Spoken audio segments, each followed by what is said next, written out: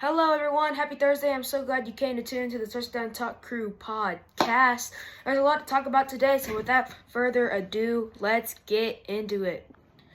A lot happened this week, but before we start, I want to give a few words. First, I want to say thank you all for the success of the first video that was published. Over 50 views, around 10 likes, and we are at 35 subs. I thank you all as we approach 50 subs. As I posted a few days ago, I am planning on posting 2 times a week. I said the top comment will be considered for a schedule, and the top comment was from Brock Downing, and he said Monday through Friday. And if the schedule works out by next week, it'll be a new schedule. I will put out a post saying if it will be used, but shout out to Brock. Kicking off today, we will start with some college football. Conference championship weekend is over, and there is a lot to uncover here. Starting with the group of 5 teams, in the MAC, or the MAC, Western Michigan came out with a win over Miami, Ohio, with a final score of 23-13. In the Mountain West, Boise State wins it again. This one is a victory of UNLV with a score of 38-21. In the Conference USA, Kennesaw State turned their very bad last season into a title with a win over Jacksonville State 19-15. In the Sun Belt, in what ended up being a little bit of a landslide, James Madison is victorious against Troy 31-14, which helped with a playoff berth, which we will get to in a minute. Finally, the AAC, or the American Conference, saw Tulane their champion over North Texas with a final score of 34-21. This win also gave Tulane a playoff berth as the 11th seed. Moving on to the Power 4, starting with the ACC thriller upset, the Duke Blue Devils shock the Virginia Cavaliers in overtime, 27-20. It was a fight until the very end. However, Virginia threw a pick on a busted trick play to seal it for Duke. In the Big 12, Texas Tech beats BYU again in a blowout. Again, 34-7. In the Big 10, Indiana stays undefeated and beats Ohio State with the lowest score of all the championships, 13-10 in a defensive shootout. Ohio State drops to number 2, and Indiana goes to number 1 with a perfect 13-0 record. Finally, in the SEC, Georgia, after 3 years, beat Alabama by 21, Georgia's biggest win over the Tide since 1976. So congrats to all those teams for winning their conference. Some, like Duke, have never held their trophy, and some, like Georgia and many others, have been there before. Continuing with college football, the playoff bracket is now officially set. Here are the matchups. In the number 12 seed, James Madison plays the number 5 team Oregon Ducks. The winner will play number 4 and Big 12 championship, the Texas Tech Red Raiders. Then, you got the number 11 seed, Tulane Green Wave, and they will be playing against the number 6 ranked Ole Miss Rebels. Now, they are without Lane Kiffin coaching them during the playoff. They will have an interim head coach who I'm pretty sure will be their offensive coordinator. Then the winner will play number 3 SEC champion Georgia. These teams already played each other this year, with Ole Miss winning easily 45-10. Then, in a very, very controversial pick, the number 10 Miami Hurricanes played the number 7 Texas A&M Aggies. The winner plays the number 2 seed Ohio State. The reason I say controversial is because Notre Dame did not get picked. Instead, the Miami did. Now, personally, I'm in the middle of who should and should not have been in, but it is what it is. After this announcement, Notre Dame resigned from being considered for a bowl game, calling it farce that they did not get picked. Maybe they would have been picked if the Irish were in a conference, but oh well. Lastly, number 9 seeded Alabama plays number 8 seeded Oklahoma. These teams also played each other this year, with Oklahoma winning a close one, 23-21. The winner of this game will play the number 1 seeded Indiana. The bracket would look like this. Before moving away from college football, we will have a developing story. It starts with the Michigan Wolverines. Their head coach, Sherrone Moore, took over Jim Harbaugh's position in 2023 after he left to coach the Los Angeles Chargers. And now he has been fired from his job after having an inappropriate relationship with another worker. He remains in custody and is expected to have court tomorrow on Friday the 12th. So we will see how that one turns out. Now, migrating to the NFL, we have another major headline. The star edge rusher T.J. Watt, yes, that T.J. Watt, is currently in the hospital having his lung evaluated. Prayers up for Watt and his family as we have no further news at this time. Lastly, 44-year-old Philip Rivers was signed for the Indianapolis Colts. What do I think of this? I don't know how it's going to turn out. Daniel Jones got an Achilles injury their last game against the Jags, which we'll talk about more in a minute. And Riley Leonard also apparently got an injury in a PCL sprain. It was a wild Week 14 in the NFL, so here's a recap in the week. In Thursday Night Football, the Lions grabbed the win over the Cowboys to vanquish their playoff hopes 44-30. This loss drops them to 6-1. And the Lions go to 8-5 in a very tight NFC North. The Seahawks grab a blowout win against the Falcons 37-9. JSN and Sam Darnold with a huge game in that one. And the NFC South title hope for the Falcons are now impossible as they are out of the playoffs. The Steelers are now king of the AFC North after beating the Ravens 27-22. Now, near the end of this game, Isaiah Likely supposedly did not catch a touchdown during that game, to what led to a very controversial call, and no one knows to this day, was it a catch? You can look it up, the Isaiah Likely catch in the end zone. It was not ruled a catch that game, and that could have sided the Steelers in that one, prevented the Ravens from taking the win. The Titans finally win a game after weeks. Their only win had come to the Arizona Cardinals a couple weeks back, but they finally win a game over the Browns on the road, 31-29, and the Browns are now officially eliminated from the playoffs again. Shedeur Sanders didn't have that bad of a game. You just kind of got to blame the defense. Tony Pollard and Cam Ward all had a pretty decent game. The Jags beat the Colts for number one in the AFC South, 36-19. And again, Daniel Jones' season is over, along with possibly their backup, Riley Leonard, the rookie from Notre Dame, with his PCL injury. 44-year-old Philip Rivers could start their next game for the Colts. So that is a nice developing story going around, and you gotta love to see it. Philip Rivers' last game was in January a couple years back, and he hasn't played ever since, and it was for the Colts. So we'll see how that one will go. The Vikings, after being shut out by the Seahawks, they caused a shutout to the Washington Commanders 31-0 as 9 looked good, and Jaden Daniels is injured again and possibly will miss the rest of the season. The Dolphins continue their win streak to go to 6-7 with a 34-10 win over the Jets. Shout out to this random guy named Ricky. The Saints upset the Bucs 24-20 to drop the Buccaneers to 7-6. So the NFC North is looking very vulnerable right now. The Carolina Panthers, they were on their bye week. However, the Bucs and Panthers both fighting for the NFC South. So that one's going to have to come to the very last week to see who's going to win it. The Bills win a thriller over the Bengals 39-34. Josh Allen has another masterpiece game. Joe Burrow has an okay game, as well as, however, the Bengals have the literal worst defense you will ever see. Anyways,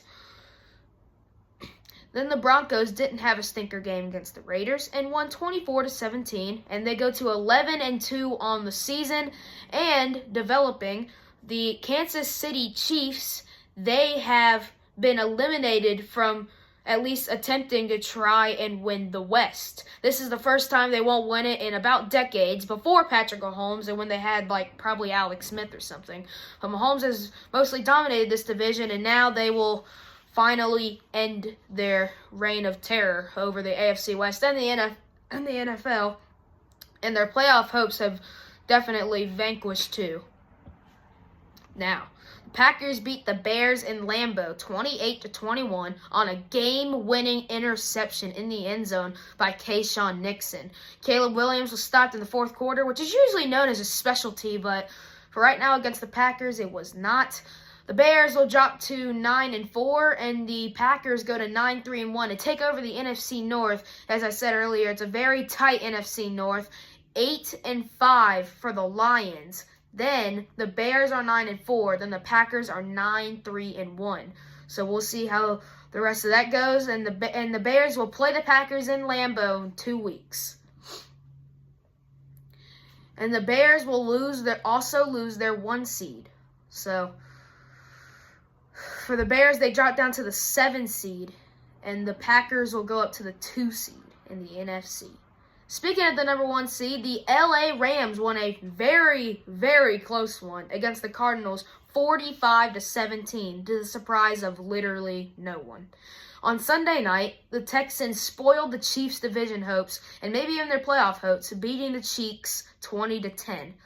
Last but not least in the NFL, Monday Night Football and Funday Night Football, James P. Sullivan cooks the Eagles with a final of 22-19 in OT. However, with 3 weeks left to go to kick off the week, we go the Atlanta Falcons playing the Tampa Bay Bucks. Now the Bucks, they have no more room for error, okay, because they have the Carolina Panthers playing against them, just fighting for the NFC South now. It's looking very vulnerable. The NFC South is just the Bucks and Panthers currently, but they can both easily win their division. It's going to come down to these last 3 weeks, so it's going to be a good week 15, 16, 17, and 18.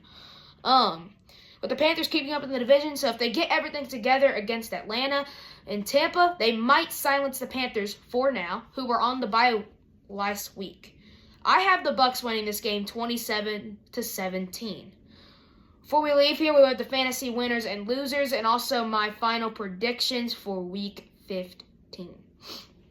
For fantasy winners, at number 1 is Josh Allen dashing through the snow against the Bengals with 37 points. After back-to-back stinkers, this is great for Josh Allen owners who look to continue to start him at his position. He's got his next upcoming game will be going against the Patriots. That'll be a good one to watch. It's a 1 o'clock game. You can catch that one on CBS. And for the AFC East, this game is obviously huge because for the Patriots, they could lose their number 1 seed. For the Bills, they can gain their playoff hopes, put them higher even more. And the Bills could be just edging at a number 1 seed just spot in general. At number 2, it is Michael Wilson. Ever since Marvin Harrison Jr. was injured, he has randomly just been a good receiver out of nowhere. Next to Trey McBride, Michael Wilson is one of the top receivers that Jacoby Brissett has been throwing to, and he will be throwing to for the rest of the season. And despite their absolute blowout loss, he put up many points filling in for Marvin Harrison, and it makes the 45-17 loss look like nothing for Michael Wilson in fantasy. And number 3, it is Puka Nacua with his whopping 35.7 points versus the Cardinals. You wonder where all those 45 points came from. Most of them were from Puka Nacua. Matthew Stafford, one of his top receivers right now, next to Devontae Adams. September Nacua has definitely returned. And for fantasy managers, you're going to want to just feed off of this. And for the Rams, they're looking like they're going to probably stay as the 1 seed. That's what they currently are right now. The Los Angeles Rams are currently the 1 seed. However, they have a big game against the the Detroit Lions. My bad. It's a 4 o'clock game, and it is in LA. You can catch that one on Fox. Now for the top 3 losers. At number 3, we have Ja'Marr Chase. Now, with Joe Burrow returning, you don't really expect Ja'Marr Chase to be on here. However, he is. Literally having Joe Burrow, but however, T. Higgins ended up carrying their offense. And Chase, with a 10.2 game, would like to bounce back on his just 8 targets from Joe Burrow. Now, as we hit the 15-minute mark, I just want to go ahead and say this right now. This will be a little bit shorter podcast, just not too many news in general. But we're going to go over my predictions, then we're going to go over the NFL playoff bracket, and we're going to end with some shout-outs, and we'll end the podcast right there. Now, Week 15, it'll be a good one as we get into the late stretch of the season. For the Falcons Buccaneers, I've already given mine. I got the Buccaneers winning 27-17 in Tampa.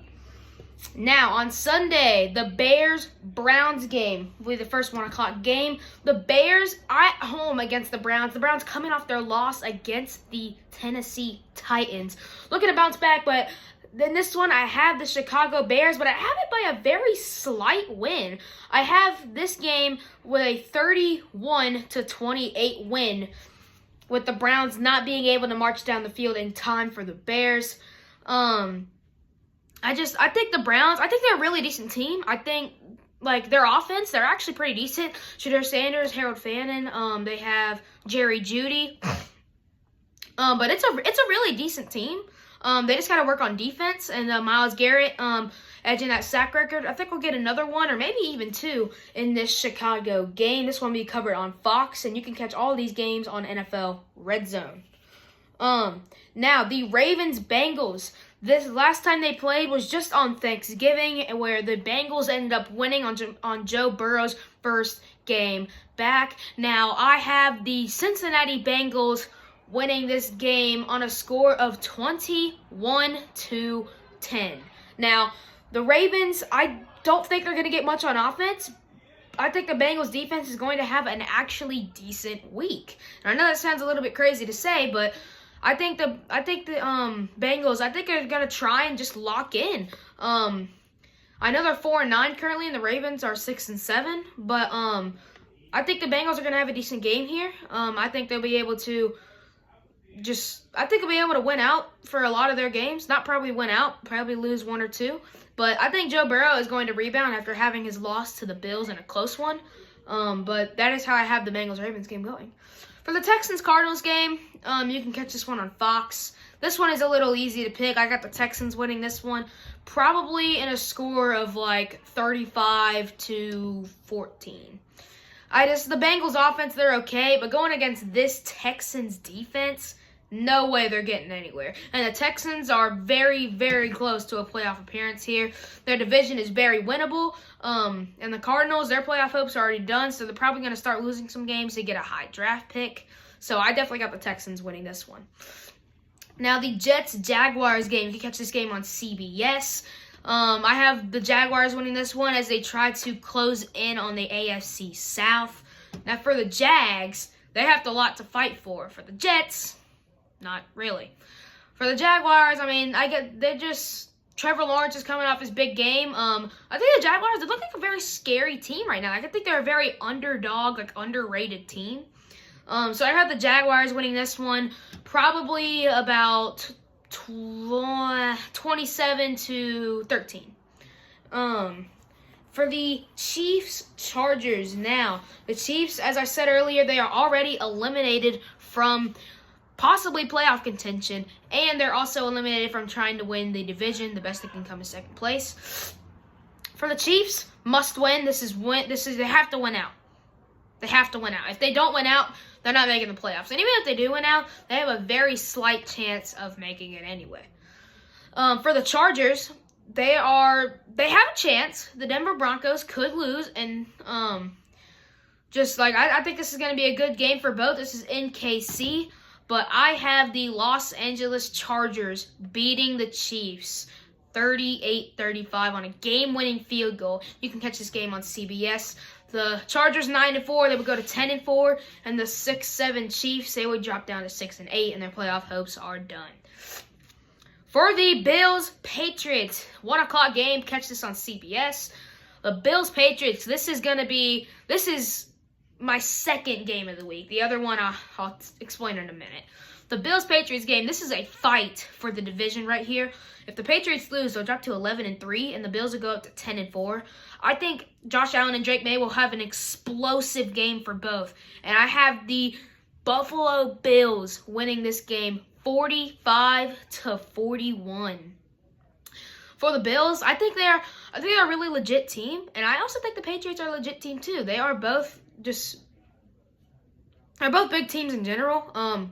They could both easily win this just crappy division.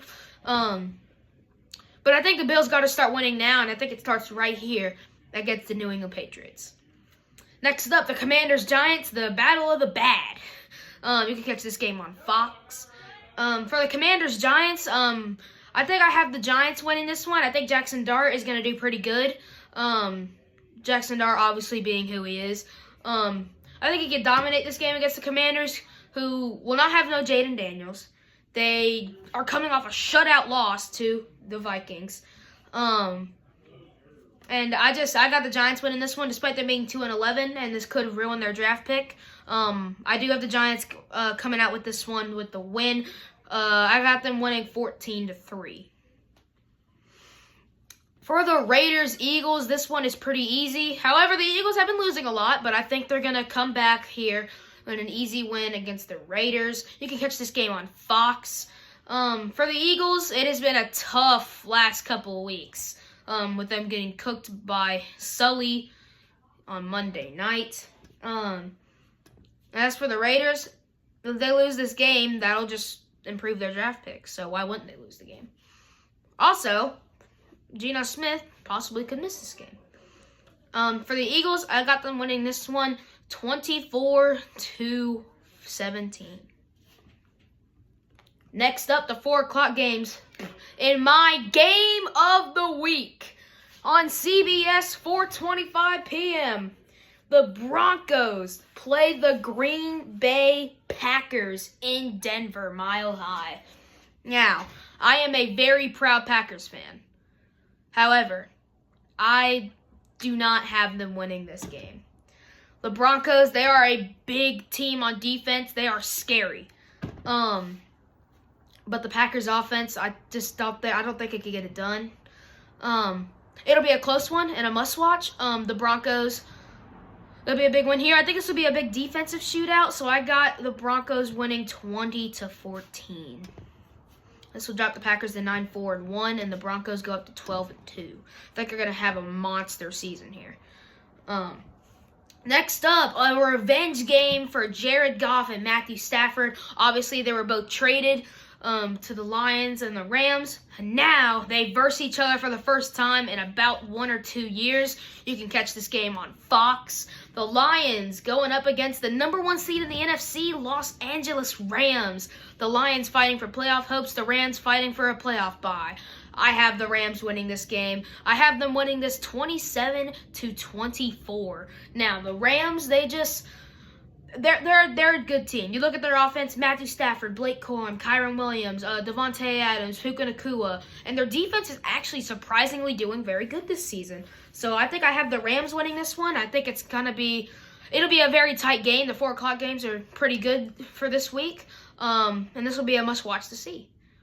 For the Panthers-Saints, I have the Carolina Panthers pulling it out against the Saints in a comeback, 21-20. Now, the Saints, they did look pretty good against the Bucs, but I don't think they'll get it done against this Panthers defense, and their offense is looking pretty good. Also, they are coming off the bye week. The Saints are coming off their Bucs win, so this is honestly another big watch game right here. However, I do have the Panthers pulling it out. You can catch that game on Fox. Now, for the Colts-Seahawks in another big game. And honestly, Week 15 is definitely delivering for this week. You can catch this game on CBS. This is in Seattle. I have the Seattle Seahawks winning this game. I don't believe in Phillip Rivers. I don't think he's going to get it done. Phillip Rivers, he's cool and all, but, for his first game back and the fact that he's 44 years old, I have the Seattle Seahawks winning this one.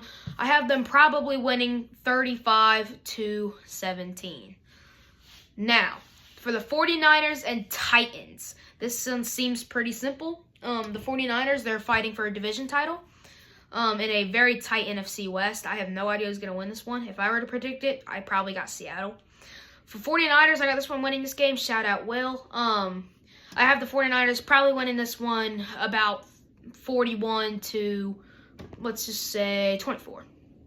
The 49ers offense, pretty dang good. Their defense has been surprisingly a little bit better, despite them losing Fred Warner and Nick Bosa. And they've taken a lot of injuries as a team, but I think it's going to be a big game, must watch. And all 4 o'clock games and the 1 o'clock games, just massive games for all these teams coming at the final stretch of the season. You can catch that game on Fox. Now, Sunday night football, Vikings, Cowboys. In this game, I do not have 9 winning this game. I have the Dallas Cowboys pulling it out on Sunday night prime time. Now, the Vikings are coming off their shutout off the Commanders, but to be honest, the Commanders without Jaden Daniels, they are hopeless. They have Marcus Mariota. What are you going to do? The Vikings, I think their offensive unit, I think it's just going to crumble. They're 5-8, so they basically have nothing to play for. Meanwhile, the Cowboys, they have the smallest chance of making the playoffs of all time. So, we'll see how it turns out. For the Cowboys, they still could possibly win this division, okay? Because in the NFC East, it looks like nobody wants to win the division, just like the NFC South.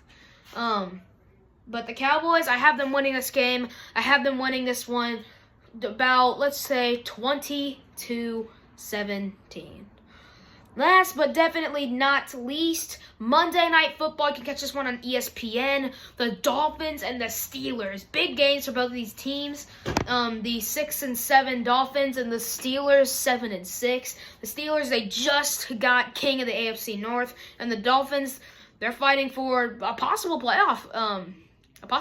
Here. They are currently in the hunt right now, but anything could happen. I have the Dolphins, shout out Ricky, winning this game. I have them winning him probably about, let's say, 24-17. The Dolphins pulling this one on the road. That will make them 7-7. The Steelers will drop down to 7-7 too. And that'll do it for my predictions. Now, lastly, to end off this week, we are going to go with the playoff bracket predictions, okay? So currently the playoff picture is looking just like this. So starting with the AFC, if the season ended right now, it would look exactly like this. The number 7 seed, the Houston Texans at 8-5. The number 6 seed, the Los Angeles Chargers. The number 5 seed, the Buffalo Bills. The number 3 seed, Jacksonville Jaguars. Number 2 seed, New England Patriots. And the number 1 seeded Denver Broncos. Now, Buffalo would play Pittsburgh in Pittsburgh. Los Angeles would play Jacksonville in Jacksonville. And Houston would play New England in New England. Now, we move on to the NFC. 7-seeded Chicago Bears. The 6-seeded San Francisco 49ers. The 5-seeded Seattle Seahawks, the 4-seeded Tampa Bay Buccaneers, the 3-seeded Philadelphia Eagles, and the 2-seeded Green Bay Packers. And then the 1-seeded who will get the first round bye are the Los Angeles Rams. Now, the 2-seeded Green Bay Packers will play the 7-seeded Chicago Bears, both rivals, so they know each other. Then the 6-seeded San Francisco 49ers will play the 3-seeded Philadelphia Eagles. Then, the 5-seeded Seattle Seahawks will play the Tampa Bay Buccaneers. I think this is a very, very exciting playoff. Both of these teams they're both big teams. This is a nice playoff picture, and if the season ended today, this is a very exciting playoff. Can't wait to see what happens till the very, very end. For my playoff predictions, I got, starting with the AFC, the number 1 seed goes to the New England Patriots. Okay? Look, Denver, they're a really good team, but the Patriots, I think they got a cupcake schedule. And the Patriots have them getting this 1 seed. For the 2 seed, I have the Denver Broncos. Denver, I think they're just going to come 1 game short from that 1 seed, and they'll be playing the 7 seed, who I'll reveal in a minute. Then the 3 seed, I have the Houston Texans. The Houston Texans, they are a really good team. I have the Texans with their defense, their offense, okay, but their number 1 defense in almost everything. I think that'll lead them to a 3 seed. And now for the 4 seed. For the 4 seed, I have the Pittsburgh Steelers. I don't have the Ravens winning it all. I don't have the Bengals winning it. And I certainly don't have the Browns. I have the Pittsburgh Steelers making it to the 4th seed. Now look, the 4th seed, okay, that's division leaders. So Pittsburgh, I don't have them, and Baltimore and Cincinnati, I'm going to just go ahead and put this out right now, they're not making it. They're not making it. Baltimore, they dug too deep of a hole. In Pittsburgh, I think they got an easy division win here. Now, for the 5 seed, I have the Buffalo Bills. Okay, Buffalo Bills, this is a little bit of an easy pick right here. They're not winning the division, but they're definitely going to be the next best team that aren't a division winner. This is the easiest pick for 5th seed. This is the Buffalo Bills here. For the 6th seed, I have the, what do I want to say here? I want to say the Los Angeles Chargers, okay? The Chargers, they're going to sneak in. They're going to sneak in, okay? Like, they're barely going to make it, okay? Like, it'll be a ride, but I think they're just barely going to sneak in there, all right? Now, next up, for the 7 seed, I have the Miami Dolphins. This is a huge curveball right here. But I think the Miami Dolphins, they're looking like a legit team right now. If they can win out, then they are genuinely looking like a real 7 seed. Like, this is the definition of a 7 seed right here. The Dolphins, they should make it into the playoffs. Are they going to beat the New England Patriots? Probably not. But I think they have them getting into the playoffs. For the 1 seed in the NFC, this is not me just glazing my own team, but I have the Green Bay Packers making it to the number 1 seed. All right, so your Green Bay Packers are currently residing at the 2 seed, and the Rams are currently the 1 seed. I have the Rams dropping to the 5 seed because I don't think they're going to win their division. But I think they'll be the next best team again. Now, for the 2 seed, I have the Philadelphia Eagles. I don't think the Cowboys are going to pull it out. All the this is our year chants are going to have to wait just a few more years. So I have the Eagles at the 2 seed. Now, for the next seed, I have the Seattle Seahawks at the 3 seed. Okay, I think the Seahawks, they're going to win this division. The Rams, I already said, I don't think they're going to win. I think they're going to come second. Then I got the 49ers third. I don't think the 49ers are going to pull it off. It's just tough for them to pull it out in this kind of like scenario they're kind of in, with like 3 of them dominating. Now for the 3 seed, I already said that, 4 seed, I have the Carolina Panthers, not the Buccaneers winning the division. Matter of fact, I don't even have the Buccaneers in the division, like in the playoffs in general, okay? I don't think the Buccaneers are gonna make it, okay? Like, the Bucs, they look like a tough team, yes. But the Bucs, they're vulnerable.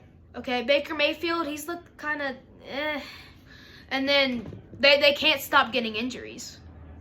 Mike Evans is finally returning for their Falcons game, but who knows, he can get injured again. Chris Godwin finally returning. I don't think they're ready for playoffs, and I don't think they are either. Now, for the 6 seed, because I already said the 5 seed would be the Rams. For the 6 seed, I have the Chicago Bears. All right, again, a little bit of a curveball, but the Chicago Bears, I think, are looking like a genuine, I think they're looking like a little bit of a team. A 6 seed is about perfect for them because a 6 seed, yeah, like a 6 seed is perfect for them. The Chicago Bears, they're not going to win the division. But the Bears, they will definitely have a decent record. They're 9-4 right now. So even if they were to lose out, they'd still be 9-8. So they basically just need to win a couple more games. Like, if they win 3 more games, they already have 12 wins. So I think that's just easy for them.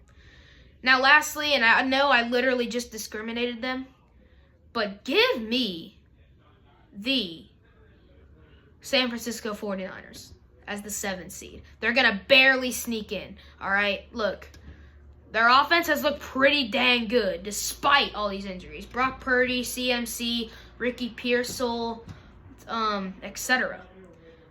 But, they have a very tough team, okay? The fact that they're battling through all these injuries and yet they're sticking at the record that they're at now, and despite them being third place, it doesn't matter because they have Seattle and the Rams right in front of them, okay? The San Francisco 49ers, they again seem like a very perfect 7 seed, just like the Dolphins do. So this one seems pretty easy for me. I have the 49ers just larking, but they just sneak in at the 7 seed. Alrighty, we are going to wrap it up right there. That'll just about do it, everyone. Before we leave, I would like to shout out a YouTube channel, MCM626 Media, aka Drew McMillan. You should go check out his channel. He has over 400 subs. He does things with bikes and stuff with his daughters, so you should definitely go check him out. I thank y'all so much for watching. Thank y'all for tuning in. I hope y'all enjoyed. And if you did, please like and subscribe. It would really help out the channel. Once I hit 50, I'm going to do the first live stream just for a thank you. As Christmas rolls around, if you celebrate it, Merry Christmas.